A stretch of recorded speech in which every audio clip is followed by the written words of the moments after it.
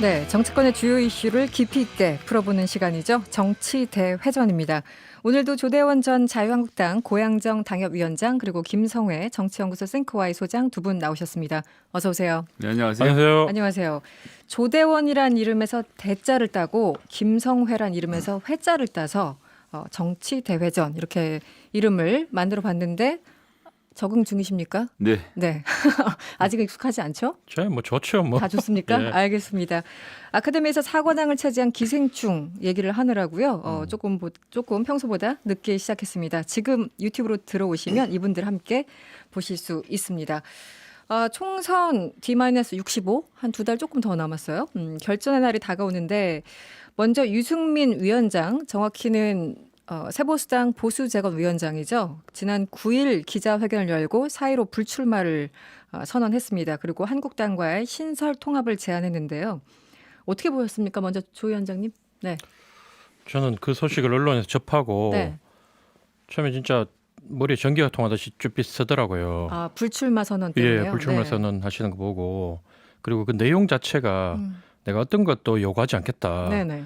그렇게 얘기하시면서 정말 우리가 기대했던 것보다 더 파격적으로 나오셨고 그 다음에 그 마지막으로 내가 하나 원하는 게 있다면 네. 그 당직자들 같이 고생했던 사람들 부탁하는데 그거는 뭐 제가 그 상황에 대해서 좀 상상을 해보니 코끝이 좀 찡해질 정도로 네. 예, 그 서스펜스와 감동이 동시에 있었다. 저는 뭐 그렇군요. 아주 호평을 하고 싶습니다. 네. 이 불출마까지는 예상을 못 하신 상황이었습니까? 위원장님께서는? 뭐 불출마든 흠지든 어쨌든 결론은 날 거라고 봤는데 그 통합하는 과정이 너무 파격적이었다. 네. 그래서 어떤 조건도 네. 수용하지 않고 어떤 조건도 참 요구하지 않고 네. 통합해야 된다는 그 명분 하나로 자기 자신을 보수통합이라는, 네. 그렇죠. 자기 자신을 다 내려놨고 그걸 보면서 이제 당장 수도권에 있는 저희들은 이젠 진짜 민주당 한번 붙어볼 만하다. 뭐 저 정도- 자신감이. 예, 저는 뭐 자신감 팽배해서 네. 예, 그 전까지는 패배의식 속에 많이 살았는데 네. 막판에 이렇게 또 손구멍이 터지는구나. 네. 뭐 이런 생각이 많이 들었습니다. 예. 알겠습니다. 김성회 소장님은 어떻게 보였어요? 저 일단 품격 있는 항복이었다라고 생각을 하고요. 네. 제네바 협정에 따라서 남은 포로들, 사병들은 좀 선처를 해달라고 부탁하는 건데 네. 지금 전쟁 기간 아닙니까? 사실상 그렇죠. 네. 자유한국당이 협정대로 선처할 것 같지 않아서요. 예, 그래서 여전히 걱정입니다. 그렇지 않아서. 그러니까 마지막까지 요구를 했는데 자기 거 다 내려놓고 그럼에도 불구하고 한국당에서는 다 받아들이진 않을 것이다. 예, 뭐 받아들일 내용이 별로 없어 보여요. 협상이라는 것은 네. 양쪽의 힘이 비등하거나 최소한 한쪽이 당기고 밀 수 있는 뭔가가 있어야 되는데 네. 그걸 다 놔버린 상태니까요. 네. 이제 선처를 기다리는 수밖에 없지 않습니까? 사실은 유승민 위원장이 일방적으로 패했다라고 보시는 분들이 꽤 있어요. 그리고 지금 김성애 소장님도 같은 맥락 같은데 어떻게 해서 구도가 이렇게 기울어졌을까요? 원래부터 기울어진 운동장이었습니까? 그 사이에서는? 일단 대구 지역이나 수도권 지역 어디서든 이 새로운 보수당이 뭔가 힘을 가지고 있는 근거지가 있었어야 했는데요. 네. 유승민 의원 본인이 수도권에서도 그렇고 대구 현재 지역구에서도 그렇고 예, 이길 수 있는 가능성이 높지 않은 상태에서 네. 예, 힘을 받치기 어려웠겠죠. 네. 예, 자유한국당의 다른 후보들이 새로운 보수당의 출현 때문에 뭔가 좀 위축이 되거나 뭔가 꼬이거나 이러는 것도 제가 생각에 그렇게 많지 않았고요. 그런 상황에서 결국은 선처를 바라면서 그냥 포기를 한 상황으로 저는 읽혀집니다. 게다가 좀 더 크게 보면 네. 이 선거에서는 나는 책임을 지지 않겠다라고 한 발 뒤로 물러선 모양새가 되는 것 같고요. 네. 황교안 대표에게 전적인 책임이 돌아가는 선거가 점점 더 되어가는 것 같습니다. 이거 보고 좋아요 안 눌렀어요. 지난번에 네. 뭐 홍준표 대표가 하는 건 좋아요 누른다 그러더니 막 최고예를 누르고 있습니다. 예, 최고. 그러니까 뭐 민주당이 홍준표 대표를 좋아요 누르는데 지금 저기 유승민 대표에 대해서 안 누른다는 거는 네. 뭐 그만큼 자기들이 볼 때는 아프고 네. 불안하고 네. 뭐 이런 것들이 종합적으로 다 반영됐지 않나 뭐 이런 생각이 듭니다 저는. 예. 좋아요 한번 눌러주시죠. 네, 그러겠습니다. 민주당과 정의당은 굉장히 비판적입니다. 특히 유승민 위원장에게 이런 얘기를 합니다. 명분과 이미지를 챙기고 자기 혼자 영리하게 빠져나가버린 책임 회피 행보에 불과하다. 이게 민주당의 평가였고요. 정의당은 실상은 선거를 앞두고 생존에 대한 공포가 불출마를 선언한 이유다. 이렇게 얘기를 했습니다. 좀 야박하게 들리십니까? 어떻게 보십니까? 뭐 저는 가끔 저한테도 댓글에 악플이 막 달려 그러면요. 네. 짜릿짜릿하거든요. 아, 내가 잘하고 있구나. 보통 사람들은 거기다가 이 중도층들은 이렇게 바쁜데 먹고 살기도 힘들고 힘든데 선거 때 한번 이렇게 투표하는 것도 참 큰 시간 결단을 내서. 내리고 간대 그죠. 네. 거기에 댓글 달고 뭐 우리도 그렇지만 홈페이지로 하는 분들은 좋게 말하면 아주 열렬 지지자들, 열렬층들 또 나쁘게 하면 이제 극단층에 있는 분들이 많아요.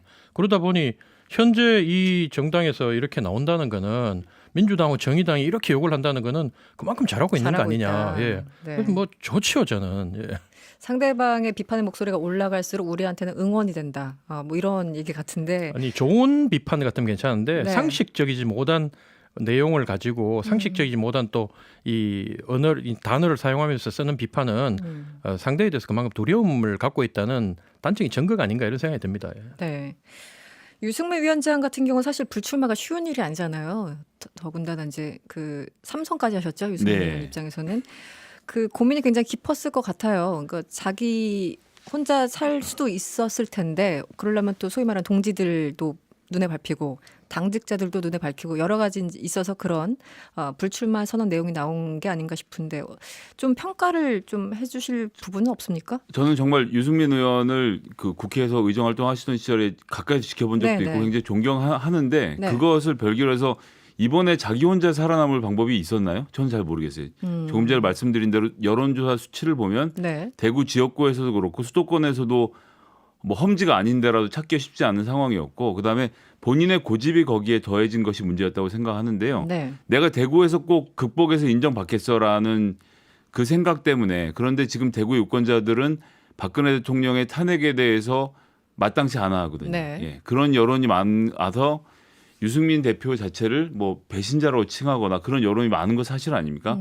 그러면 정치인이 크게 정치를 하려고 하고 본인의 가치대로 정치를 하려고 했으면 네. 대구에서 인정받기보다는 지금이 아니라 일찌감치 수도권으로 나와서 그러한 어떤 새로운 보수 그룹들 그리고 좀 더 중도적으로 개혁적으로 하려고 하는 보수 그룹들에게 어필을 할 수 있는 지역으로 옮겨서 선거를 준비했다면 네. 지금 이런 후퇴는 하지 않았을까 좀 안타깝습니다. 오히려 타이밍도 놓쳤다. 그 유 위원장이 불출마 선언하면서 또 이런 얘기를 합니다. 통합 방식에 대해서 굉장히 통합 방식과 내용에 대해서 방점을 찍었는데요. 도로 친박당, 도로 친이당이 될지 모른다는 국민의 우려를 말끔히 떨쳐버리는 공천이 돼야 된다. 이런 얘기를 했습니다. 이 요구가 받아들여질까요? 어떻습니까? 지금 그 요구가 받아들여지고 있잖아요. 그렇습니까? 도로 친박당, 도로 친이당은 안 되는 겁니까? 지금 그 김영호 위원장이 네. 공관위원장이 내려가서 홍준표 대표를 만나고 오고 네.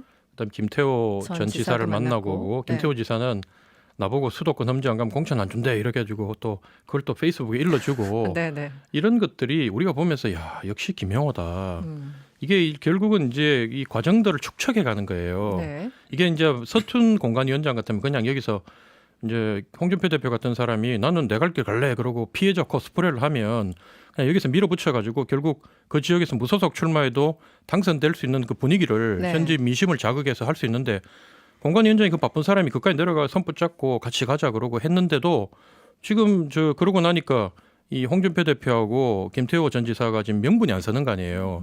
이제는 되게 갈수록 시간이 갈수록 이분들이 약간 야 우리가 닮지 말아야 될 선배의 모습이다. 네. 떠날 때 뒷모습이 아름다워야 되는데 참 추하구나. 자유한국당 내의 손학규구나 이렇게 돼가는 거예요. 그래서 제가 봤을 때는 이제 친박은 정리수순으로 들어갔고 이제 거대한 그 흐름의 물결이 네. 이 물결이 가고 있는데 이거를 거스를 수 없는 과정에서 유승민까지 이제 힘을 보탰기 때문에 이제는 뭐 보수 통합이 국민들이 원하는 방향으로 완성될 것이다 이렇게 생각합니다. 소장님 어떻게 보십니까? 저는 유승민 대표가 나는 모른 척하고 뒤로 빠져줄 테니 네. 뭐 하세요라고 생각한다고 말씀드리고 지금 거론하셨던 인물 중에서 친박이 누군지 모르겠는데요. 친박은 다 그냥 살아 있는 거 아닌가요? 네. 다 죽습니다. 대구에서 다 출마하겠다라고 다 죽을 것은 이제 예상이시고 간절한 바람이신데. 제가 또 이제 친왕 실세 아닙니까? 다 죽습니다. 예, 네. 아직 죽은 사람을 보지 못했기 때문에 저는 그것은 뭐 정치적 수사에 불과하다고 생각하고요. 네. 홍준표 대표 같은 경우에 25년 동안 이 보수 진영을 위해서 헌신해온 이 전례가 있는데 지금 여기서 갑자기 그 출마 준비한 사람을 수도권을 끌어내겠다고 하는 것 자체는 굉장히 무례한 거죠. 그래서 헌신은 15년 동안 공천도 못 받고 이 당에 있으면서 네. 기회 한번 못 가진 조대웅 같은 사람이 헌신한 거지. 이 당에서 국회의원 3번 하고 네. 도지사하고 당대표하고 최고위원하고 할 거 다 했잖아요. 어. 그게 무슨 인정. 헌신입니까? 두 분 다 헌신입니다. 제가 거기까지 보기엔. 인정. 예. 네, 알겠습니다. 그동안 왜 지난주부터 계속 황교안 대표와 유승민 위원장은 만날 거야. 빠르면 뭐 이번 주, 늦어도 이번 주 이런 얘기 계속 나왔었는데 결국은 한 번도 안 만났어요. 황 대표가 안 만나준 겁니까? 어떻게 보십니까? 저는 그 지금 이 현재 상황을 놓고 보면 네. 유승민 의원에게 훨씬 더 명분이 있다고 생각합니다. 탄핵의 강을 건너자, 새로 집을 짓자, 네. 그리고 이런 모든 주장들이 유권자들에게 굉장히 마음에 와닿는 이야기거든요. 그러니 만나서 이야기를 하면 유승민 의원이 명분을 갖고 있으니까 황교안 대표가 거절하기 어려운 상황인 거죠. 네. 그런데 힘은 황교안 대표한테 있단 말이에요. 네. 그리고 유승민 대표는 그걸 끌어낼 힘이 없고 그러면 힘 가진 사람 버티는 게 최고입니다. 그냥 버티고 있으면 상대가 결국 오늘 항복한 것을 보여줬잖아요. 네, 그래서 네. 황교안 대표가 제가 뭐 민주당 입장에서 그 황교안 대표를 비판할 수는 있을지언정 네. 네. 권력 싸움에서 놓고 보면 유승민 대표가 결국 명분이 있었지만 그것을 실질적인 권력으로 추동해내지 못했고 황교안 대표가 자리를 지키면서 친박 친일을 포함해서 안전하게 공천으로 나아가는 방향으로 저는 갔다고 봅니다. 그러면 뭐 오늘 국민일보에 이런 제목의 기사가 있습니다. 보수진 인형 내친 김에 우리공화당 김문수까지 대통합하나. 지금 뭐 김무성 의원도 그렇고 뭐 많은 분들이 일단 무조건 통합 이렇게 얘기를 하고 있어요. 우리공화당 김문수 뭐 심지어 뭐 정강훈 목사 세력까지 해서 다 합치는 방향으로 혹시 가는 겁니까? 개인적인 의견은 물론 이제 아닌 줄 압니다만 전반적인 당의 흐름은 어떻습니까? 그럼 제가 하나 보시기에? 여쭐게요. 네. 두 분 생각하실 때 조원진, 홍문종 의원이 우리 당에 공천 신청을 하면 그분들 공천을 이번 공관위에서 어디 갖다 꽂아줄까요? 네, 어렵다. 그거, 네네. 그거 말이 안 되는 소리죠. 그러니까 그거 하나만 보더라도 이미 뭐 지금 우리 공화당까지 끌어안으라고 얘기했는데 말은 그쪽을 지지하시는 이제 뭐 길거리에 몇 년 동안 나가셔서 고생하신 다수의 또 국민들이 있기 때문에 네네. 그 지지 세력들이 있기 때문에 그분들을 달래기 위해서 우리가 같이 간다 이렇게 얘기하지만 네. 결국은 그쪽에서 투항을 하고 오려면 이제 진짜 투항은 그쪽에서 해야 되는 거죠. 그래서 네. 조원진, 홍문정을 잘라내고 그럼 새로운 인물로 그냥 여기 있는 사람들이 들어오면 우리가 이제 받아주겠다 이런 건 돼도 거기 있는 사람들을 상징적인 인물을 다 수용하면서 당대당으로 합친다. 이거는 이미 그동안 우리 당의 행보, 그다음에 공관위원들과 공관위원장이 해온 발언을 잘 보시면 그거는 이미 아니다. 선을 끊고 가고 있다. 예. 그럼 위원장님이 보시기에 가장 적절한 통합의 수위나 범위는 지금 한국당과 새보수당 정도입니까? 저는 안철수 대표까지 넣으면 안철수 좋죠. 대표까지? 예, 좋은데 네. 뭐 그분이 요지부동이시니 네. 그 안철수 대표가 저는 그렇게 생각해요. 지금 유승민 대표도 들어왔잖아요. 총선 결과가 어떻게 나냐에 따라 가지고 우리가 지켜봐야 되겠지만 네. 잘못하면 이제 당내 끝마치고 당내 이제 당 대표 경선이나 뭐 이렇게 안 그러면 대권 후보 정할 때 이제 몇 년 지나고 난 뒤에 네. 그때 되면 유승민 대표가 밀릴까요?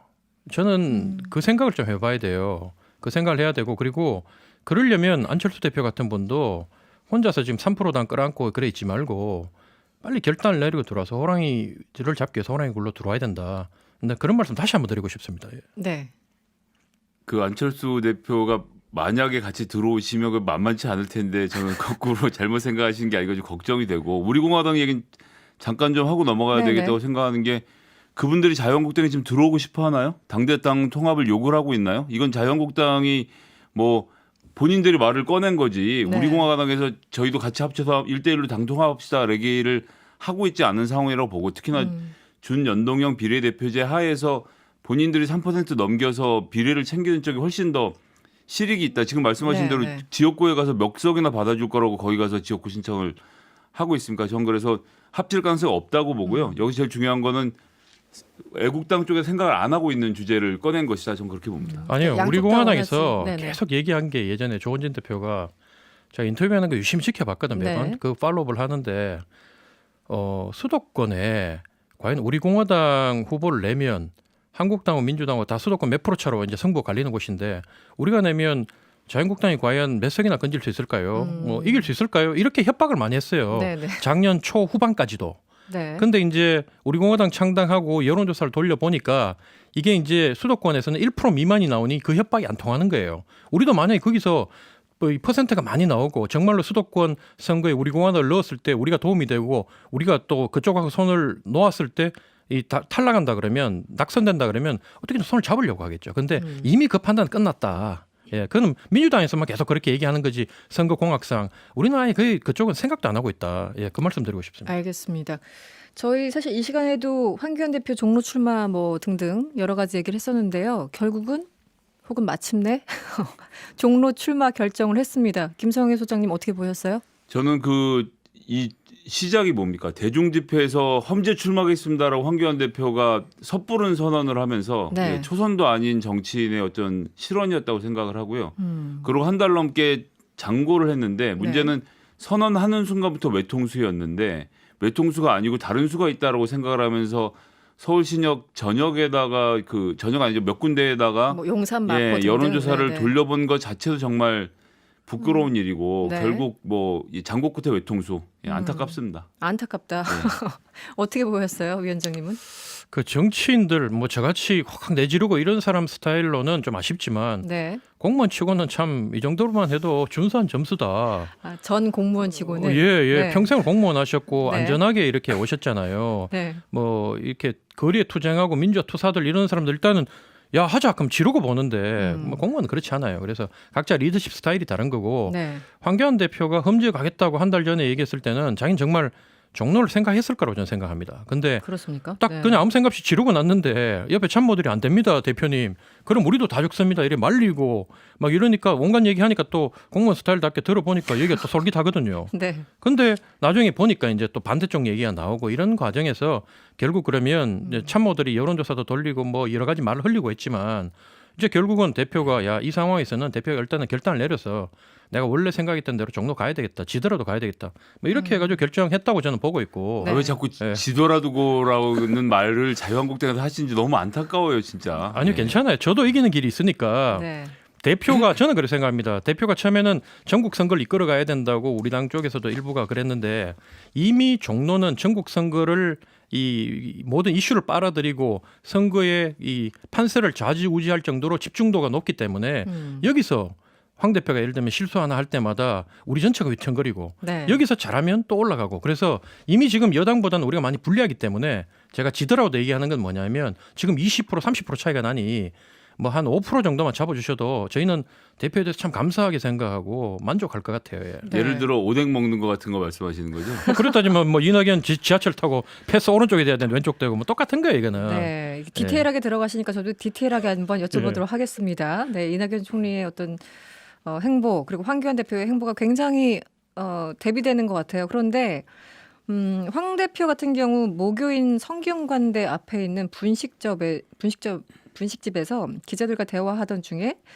1980년 광주 민주화 운동을 두고 무슨 사태 이렇게 얘기를 했어요. 여기에 대해서 굉장히 좀 비판적인 시각들이 있던데 이 발언은 어떻게 이해를 해야 됩니까? 저는 무슨 만약 사태? 그러니까 김무성 의원을 광주로 공천해서 광주에서 뭔가 사건을 만들려는 움직임과 같이 포함해서 자유한국당이 이 사태라고 무슨 사태라고 했던 이 대목이 지역 감정을 조작하려고 이렇게 했다라고 하는 건 정말 심각하게 비판받아야 하는 문제라고 생각을 하고요. 네. 만약 그게 아니고 그러니까 계산된 발언이 아니고 그냥 나온 발언이면 일국의 당대표이고 대선을 노리는 분이 이미 법적으로도 인정을 다 받고 민주화 운동의 초석으로 됐던 광주 민주화 운동을 무슨 사태라고 말하는 이 역사적 인식에 대해서는 정말 깊이 반성하셔야 한다고 생각합니다. 매우 분노할 수밖에 없는 지점이죠. 이게 개인적 인식이라면 그 뭐 정치적인 맥락이든 개인적인 인식이든 무슨 사태라고 지칭하는 거는 좀 잘못된 표현 아닌가요? 저도 네. 불과 몇 년 전까지만 해도 저 5.16 혁명, 뭐 5.18 사태 이렇게 했어요. 그렇게 했는데 정치권 들어와서 이제 생각의 문을 넓히기 위해서 다양한 국민들을 만나고 그 현장을 보고 그러면서 저는 망월동 묘지를 갔다가 지금 애 데리고도 한 3번인가 갔거든요. 네. 그래 갔다 오고 사진도 찍어 남기고 이랬는데 사람이 뭐 고의성을 가지고 그랬다면 그거는 분명히 바꿔야 될 부분이에요. 그렇지만 그 평생을 또 그렇게 살다 보니까 공안 검사를 예, 뭐 공안검사 출신이니까 네. 이런 말씀도 하나 그게 입에 굳었을 수도 있죠. 그런데 이제 나오다 보니 그런데 이미 정치의 대표가 되면서 이제 그런 부분에 대해서는 이제 좀 인식을 하시고 있을 거고 좀 뭐 잘못된 부분은 고쳐가면 되지 않겠습니까? 예. 한국당 같은 경우는 이제 5.18 관련해서 발언들 뭐 망발 이런 그 분란이 있었기 때문에 논란이 있었기 때문에 더더욱 대표라서 좀 조심을 해야 되는데 좀 아쉽다는 생각이 듭니다. 그러니까 네. 이 정도 역사 인식이 없이 국민들로부터 지지를 받기가 가능할지 저는 정말 의문이에요. 이게 호남 지역에 국한된 문제가 아니고요. 이건 민주화 운동으로 이제 초등학교 교과서에 다 나와서 배우는 내용 아닙니까? 이걸 사태라고 생각하고 있는 분이 어떻게 미래 정치를 이끌어 가려고 하는 건지 역사학자도 아니고요. 네. 알겠습니다. 네. 이 황 대표 종로 출마 이 자체도 굉장히 관심을 끌고 있지만 동시에 각광받는 사람이 아까 말씀하신 것처럼 홍준표 전 대표 그리고 네. 김태호 전 지사입니다. 동시에. 홍준표 전 대표 같은 경우는 바로 SNS 글 올렸죠. 황 대표가 종로 출마한다고 하니까 나는 이미 늦었다. 서울에 들어가기는 너무 늦었다라고 얘기를 했고 김영호 공정관리위원장을 만나서도 같은 얘기를 했습니다. 근데 두 사람을 고향을 계속 고집한다면 공천에서 배제할 수 있다 이런 보도가 나오는데요. 어떻게 보십니까? 그게 맞는 건가요? 아니면 어떻습니까? 공천 배제해야죠. 배제해야 예, 됩니까? 공천 배제한다고 그랬고 네. 또 홍준표 대표하고 김태호 지사 배제 안 하면 나머지 TK 있는 그 구태 정치인들 기득권에 안주해서 지역주의에 안주해서 기득권을 지키기 위해서 그동안 우리가 정권 망하고 또 국민들한테 지탄 받을 때 옳은 소리 한번 못했던 사람들 지금 막 기껏 한다는 게 인원동원 할 때 우리가 제일 많이 했습니다. 네. 우리가 제일 열심히 당원도 책임 당원도 제일 많습니다. 이 정도로 진짜 그 문제의식이 없고 이 역사의식이 없는 사람들을 어떻게 정리를 할 수 있겠어요. 그래서 홍준표 대표하고 김태호 지사는 어쨌든 우리가 후배들이 바라봤을 때 존경받는 선배로서 떠날 때 뒷모습이 아름다운 사람으로서 마지막으로 우리가 이제 기회를 드리는 거고 네. 그럼 무소속 나오면 제가 늘 얘기했던 것처럼 황교안 대표가 자기 좋은 데 가고 강남 가든지 뭐 용산 가고 자기 측근 갖다 박으려고 막 이 공관위원장하고 공관위원대로 싸우고 이런 모습을 보였으면 홍준표 대표가 무소속 나와도 명분이 있기 때문에 이분이 될 수도 있어요. 그런데 네. 이미 그런 판은 지나간 것 같고 네.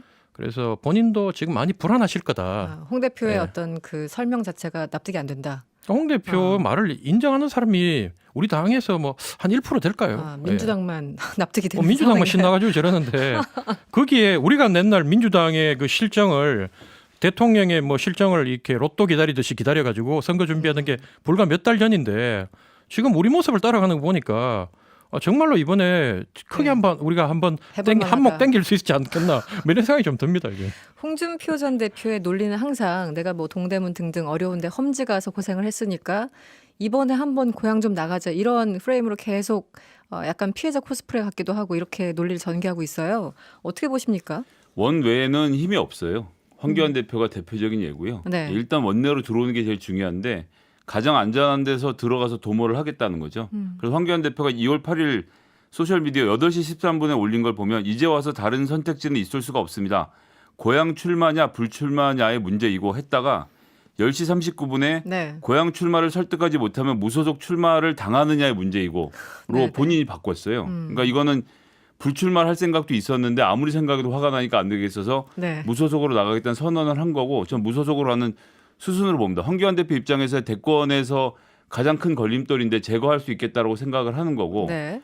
홍준표 대표 입장에서는 어떻게든 무소속으로 살아 돌아오면 이번 자유한국당이 선거가 잘 안 된다는 전제하에 비대위가 구성이 되면 황교안 대표 체제를 밀어내고 본인이 의석을 차지한 상태에서 다시 복당해서 비대위를 맡을 거라는 그림을 그리고 네. 경쟁을 하는 상태로 보여지고요. 저는 뭐 어쩔 수 없는 경쟁이라고 생각합니다. 이렇게까지 준비했는데 이걸 갑자기 전략공천을 어제까지 종로를 나올지 안 나올지 모르는 사람이 오늘 종로 나왔으니까 너도 오늘 당장 서울로 올라라고 네. 하는 건 너무 체계가 없어서 좀 불안하네요, 보기. 그 뭐 정리를 하면은 황교안 대표 입장에서는 무소속으로 출마하더라도 어쨌든 홍준표 전 대표가 사라지는 게 본인의 어떤 정치적인 길에서는 도움이 된다.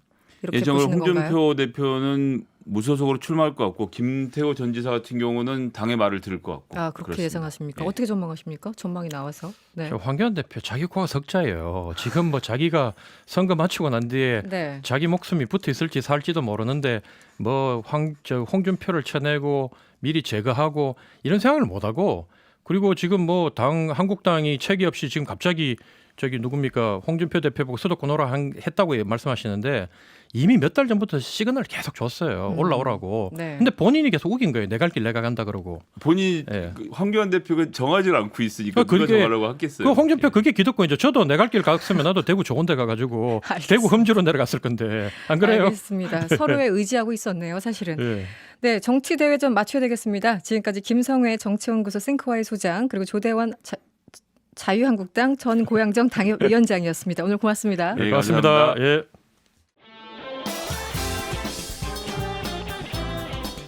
여러분의 퇴근길을 꽉 채워드립니다. 평일 저녁 6시 5분 이승원의 세계는 그리고 우리는